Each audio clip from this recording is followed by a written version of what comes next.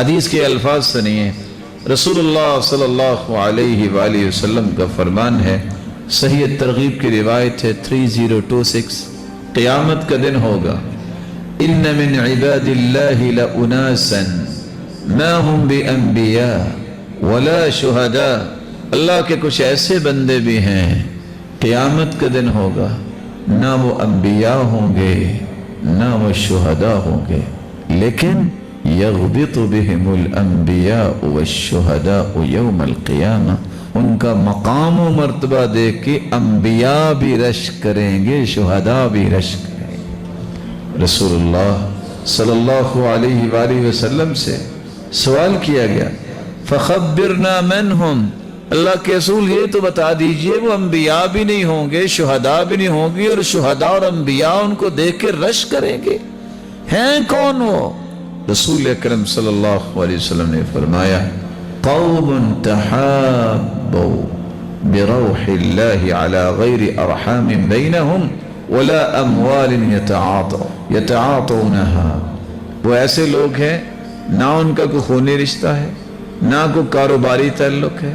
لیکن وہ محبت کرتے ہیں نیک لوگوں سے تو صرف اس لیے کہ اللہ راضی ہو جائے،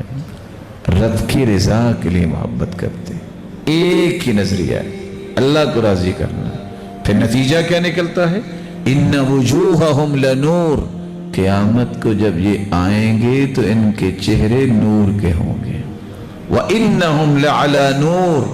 اور یہ بٹھائے بھی جائیں گے تو نور کے ممبروں پہ بٹھائے جائیں گے،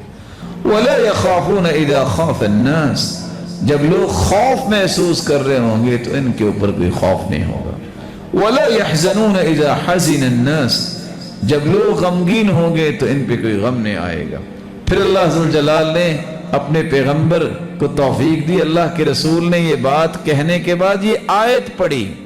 الا ان اولیاء اللہ لا خوف علیہم ولا هم يحزنون، یہ اللہ کے ولی ہیں جن کے اوپر کوئی خوف نہیں ہوگا۔ رب کی رضا کے لیے محبت کیا کریں،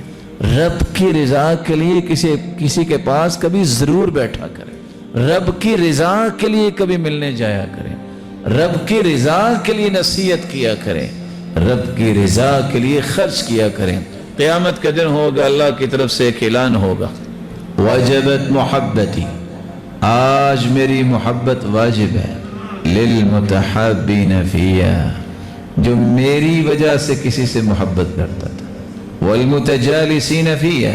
جو میری رضا کے لیے کسی کے ساتھ بیٹھتا تھا، والمتزاورین فیہ،